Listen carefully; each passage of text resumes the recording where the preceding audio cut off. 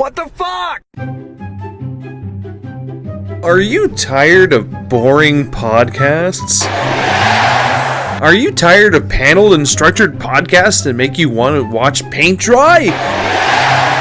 Do you want to listen to an adult-oriented show? Do you want to hear words like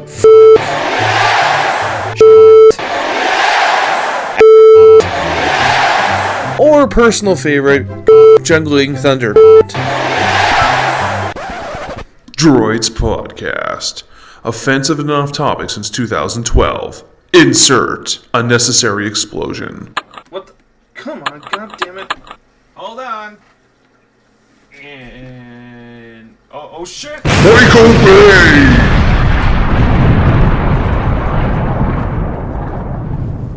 To get radioactive treatment, go see your local physician after listening to this podcast. To listen to further podcasts, go to droidscanada.com.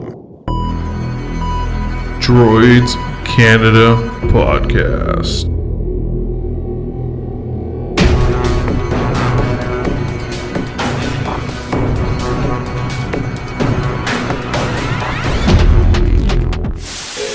Please stand by.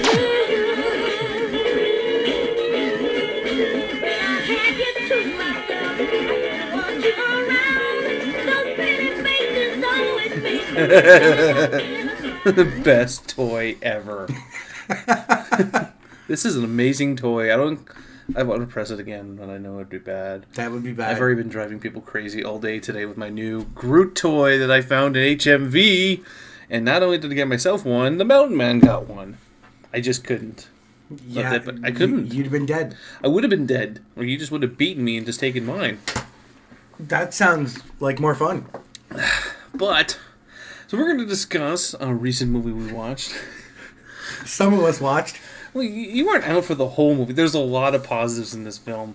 Did you have a chance to read my text review? No, I did not. Oh, wow. Nope, I did mention how you did fall asleep in the movie. Oh, well, that's good. So I said that we probably would be butting heads on this a little bit. There's some tongue... Yeah, but there's a lot of positives, though. Like, Macho Man. It was awesome. Macho Man. It would have been better. He just comes out laying fucking elbow drop out of nowhere. Dropping the elbow on people's heads and they explode. Jesus. So we went and seen the Kingsman in the Secret Service and stars... I don't remember this guy's name, but believe it or not, I think his name is actually Eggsy. The actor's name. I wrote down. Yeah. I did write it down. Well, you got Colin Firth. You got Michael Caine. That was a different role for Colin Firth, man. Those are the only two I recognized out of it, really. Oh, no. What's his face? The tech guy. Oh, Merlin or whatever. Merlin. Yeah, he's been in stuff, but I don't know who he is. Yeah. Hold on. I got it written down. Matthew Vaughn. Oh, the director was from the guy from... Oh, that explains sense. He's guy did Kick-Ass, so that's probably why the one guy was in it, that we can't remember his name for the life of us. I wrote his name down. I really did. No, you didn't. I did. Taron Egerton. Yeah, okay. So that's probably why Eggsy comes in. He's literally a nobody. I did research on this guy. He is a nobody.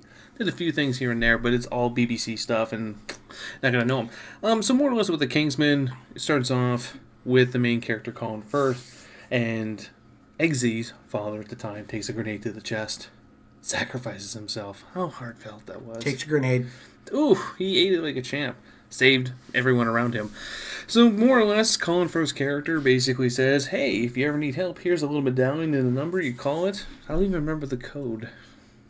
It's like Oxford something? Oxfords aren't... Yeah, I can't remember. And then they make reference to it later because they're talking about the shoes.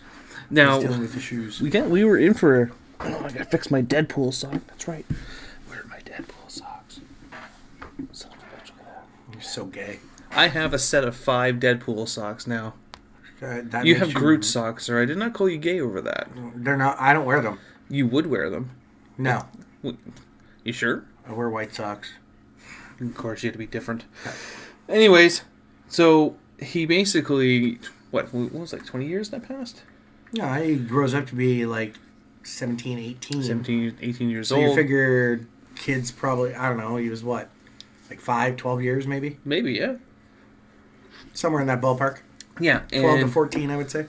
gets himself in trouble, which I have to admit that was kind of humorous, the whole car bit.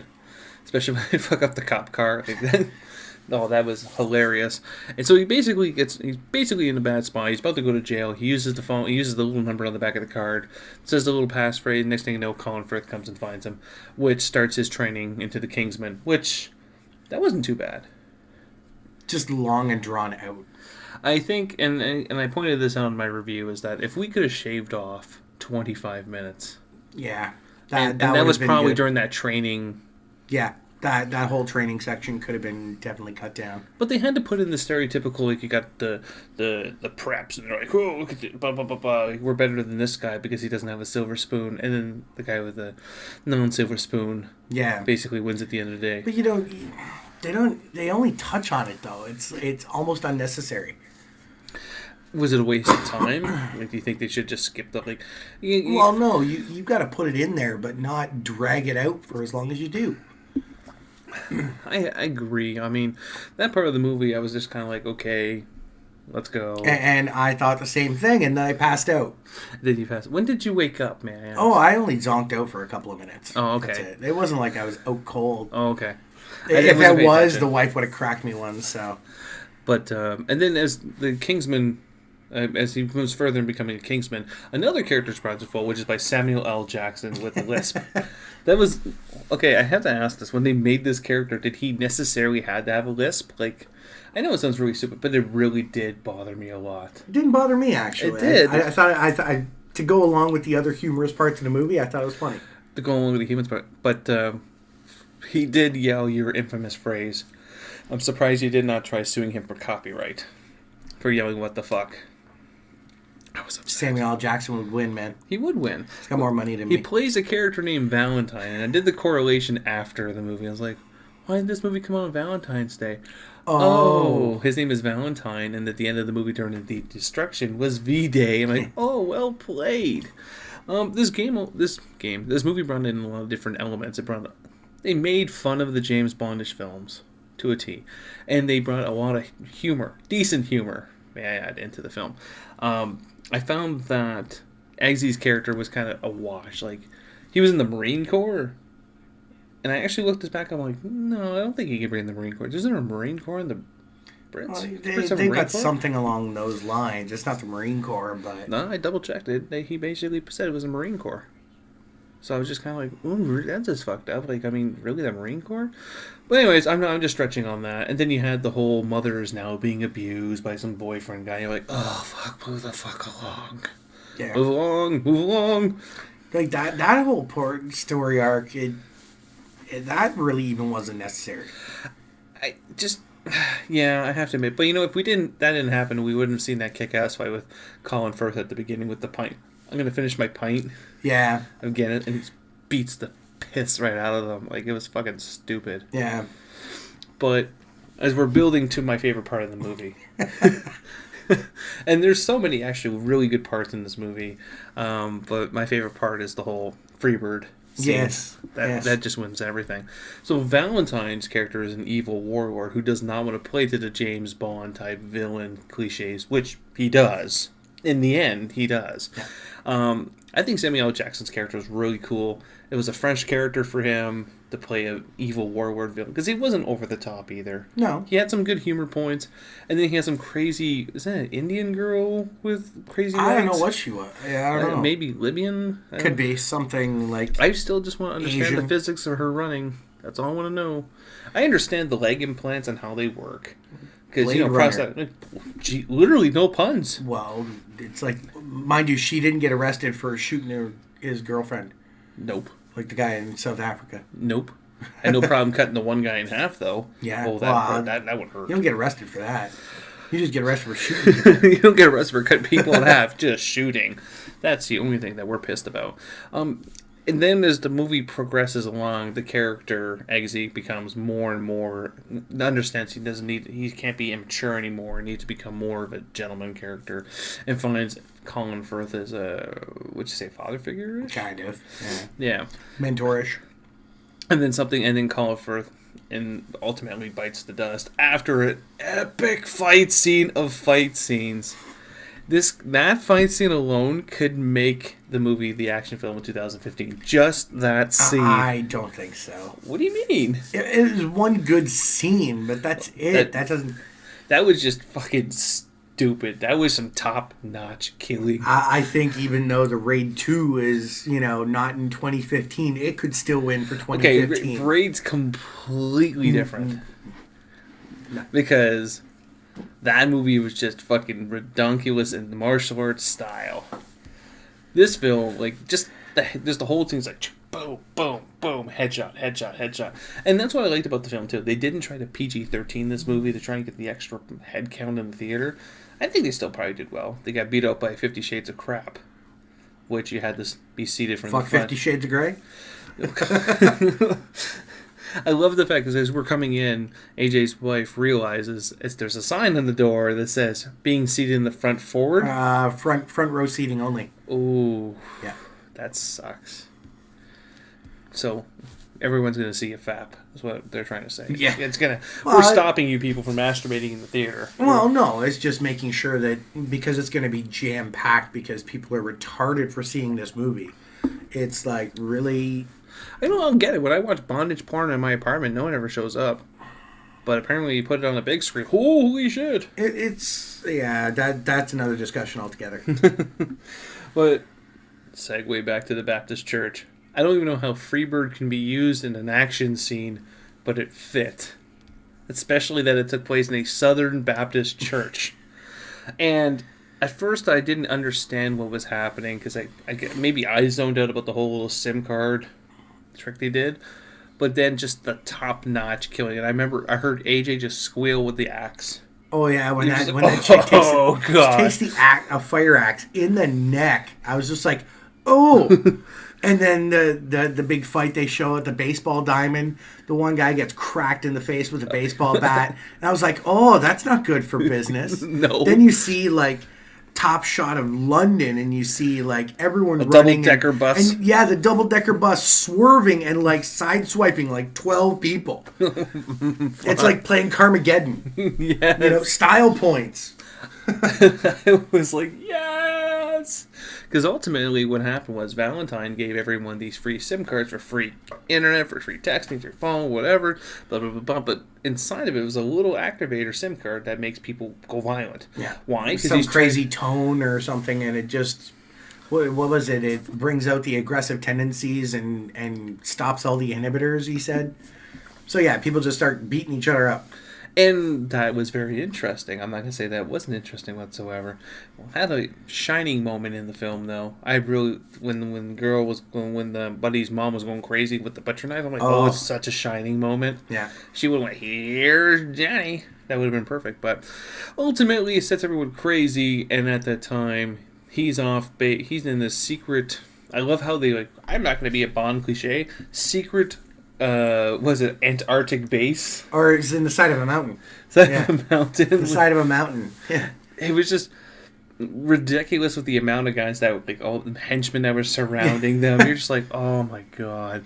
So ultimately, Colin Firth's character bites the dust at the end of the Baptist church scene, which was very upsetting, but then makes Eggsy's character become more driven to become a Kingsman. I actually forgot the name of the movie for 10 seconds there. And then he goes and invades the actual base in the mountain, whatever.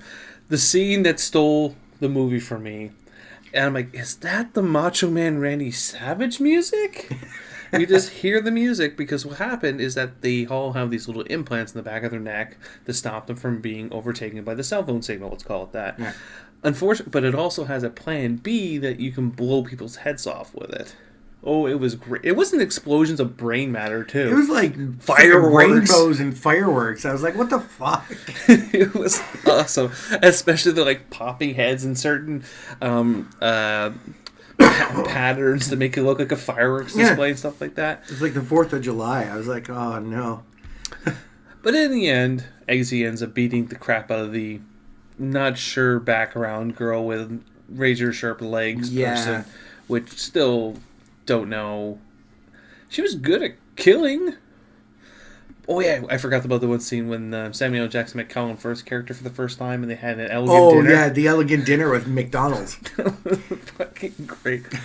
I tell you, the film, in terms of comedic, there was a lot of people laughing throughout that entire film. Like, that film had exploited a lot of the jokes in, like, previous spy movies, but made new jokes that really made you go, what the fuck? These really just pulls out this giant gourmet dish, like, oh, here, would you like a Big Mac? And they played on it, too, though. It wasn't stupid. It didn't feel wrong. Yeah, what does he say? Yeah, I think it'd go really well with, like, a 1932 Chianti or something. Like, Jesus. Wine. I'm like, what the... It was just ridiculous. Or the whiskey scene. When he's like, this is a 1960 or 1860, blah, blah, blah. Yeah. Great fucking year. And Mark Hamill, a British Joker, as I put it. Because it really sounded like the Joker's voice when he was in the film, but he put that British accent. It was nice to see Mark Hamill, though. He got fat. He did get fat, but he lost all his weight, though, for Star Wars, I was told. So, I haven't seen him on screen in I don't even know how long. Cockknocker. That's a long time. That's 2001. Yeah. Why do they call you Cockknocker? It's a funny story. Avenge me! I would have bought that if it wasn't so much a friggin' in Toronto. It's not worth, like, that money. It would, no. No, it's not worth that. So what would you rate the movie at? Like, would you see this movie again? In theater, no. I would not see it in theater. Would this be a download, Netflix, on TV? I think it'd be like a buy one, get one half off kind of deal. Like, DVD. Not a full price buy, definitely not. But if I saw it, like, discounted somewhere, yeah, I might pick it up. It's definitely had a fun factor to it. Yeah. And the humor was good. What was your overall rating? Out of 10. I'd probably put it at like 7.5. Ooh. And that's with me falling asleep. That's with your fault. That is pretty good. I actually gave it a 9. I do not give away ratings like that. You know that. I'm very. Yeah, I'm a stickler for movies. I'm a stickler as well. But I mean, I found myself, and what I really based upon, I really enjoyed the film, and I found myself laughing constantly, and the jokes weren't far fetched, and the action made sense. Like, just like random scenes of when they were just killing people, like, it makes sense. It wasn't rushed. It wasn't cutaway. Like, that's what sold me, is that the films that are being made, which we found in Taken 3, then when they PG-13 the shit out of it, a lot of things they do in it doesn't make sense, or it's not taken realistic, or even Expendables 3. Like, that movie could have been 10 times better if it had gore. It sounds really stupid, but it would have. Need a couple more arm bars. And Buddy got to do butt sex. Good for him. That was a nice ass. Swedish Princess. Swedish Princess with a nice ass. That was a very nice ass. I'm going to shut the thing. Yeah, I'm going to stand by my score of 9 out of 10. So, would I buy this movie? I never buy movies at full price. I think the last movie I bought at full price was $300. I mean, it was worth the full price buy, in my opinion. No, hey, you totally forgot. You got to go buy TMNT. Yes, I almost bought you TMNT for Christmas. That would have been bad if you bought me TMNT and I bought you TMNT. Don't laugh. I thought about it. That would have been a very awkward gift exchange. Fuck! I keep thinking about it. If I ever see it on sale, be prepared. All right. So that's what we're going to end the podcast with. And you enjoy yourself at Chimichanga.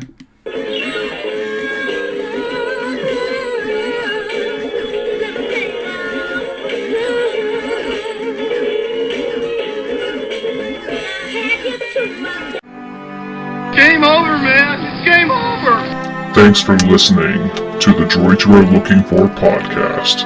Stay tuned for next week's podcast. Remember, the Force will be with you, always.